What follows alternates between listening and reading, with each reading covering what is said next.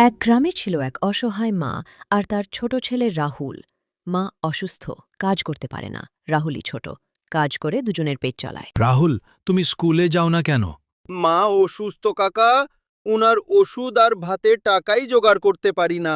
রাহুল রাস্তা দিয়ে হেঁটে যাচ্ছিল, তখন আন্টি বলে, ওই রাহুল, আবার বেকার ছেলের মতো ঘুরছিস?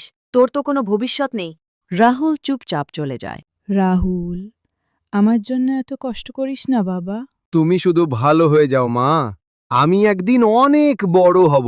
পরদিন একজন মেয়ে আসে দোকানে, নাম টুনি। সে রাহুলের সব কথা শুনে যায়। এই ছেলেটার মতো পরিশ্রমী ও সাহসী আমি খুব কম দেখেছি। টুনি ছিল এক এনজিওর মেয়ে। তাদের দুঃখ দেখে সে রাহুলকে স্কুলে ভর্তি করে দেয় এবং তার মায়ের চিকিৎসার ব্যবস্থা করে। কয়েক মাস পর তার মা সুস্থ হয়ে যায়। রাহুল স্কুলে যায়। রাহুলের খুশির ঠিকানা থাকে না। দেখলি বাবা, ভালোবাসা আর পরিশ্রম কখনো হার মানে না। বন্ধুরা, কারো অবস্থা দেখে কখনো তাকে ছোট করে দেখো না।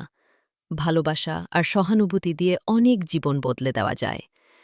আর হ্যাঁ বন্ধুরা, তোমরা যদি চাও যে তোমাদের নাম দিয়ে আমরা ভিডিও বানাই, তাহলে এই ভিডিওতে তোমাদের নামটা কমেন্ট করে দাও। পরবর্তী ভিডিওতে তোমাদের নাম দিয়ে ভিডিও বানাবো।